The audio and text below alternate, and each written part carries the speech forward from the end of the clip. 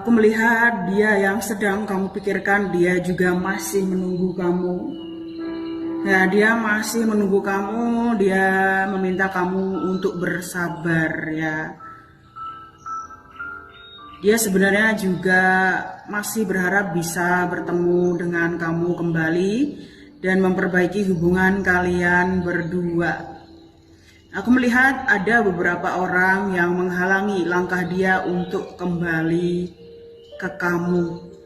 Ya, saat ini dibutuhkan banyak orang. Dia tidak mau kamu egois, hanya memikirkan perasaan dia dan kamu sendiri. Ya, aku melihat keluarga dia sangat membutuhkan dia. Ya, dia tidak ingin menyakiti keluarganya, tapi dia terlanjur menyakiti kamu.